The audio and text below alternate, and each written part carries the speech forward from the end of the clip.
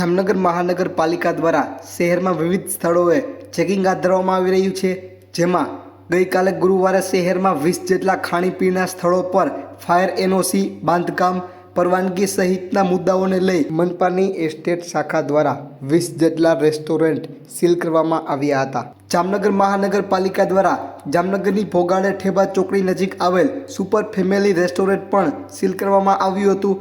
ત્યારે તંત્ર દ્વારા સીલ કરવામાં આવ્યા હોવા છતાં ધોમધોકાર આ રેસ્ટોરન્ટ શરૂ હતું। ત્યારે આજરોજ મનપાની એસ્ટેટ શાખા દ્વારા ફરી સુપર ફેમિલી રેસ્ટોરન્ટને સીલ કરવામાં આવ્યું છે અને કાયદેસરની કાર્યવાહી હાથ ધરવામાં આવી છે। પોલીસ દ્વારા ફરિયાદની તજવીજ હાથ ધરી આગળની કાર્યવાહી હાથ ધરવામાં આવી છે।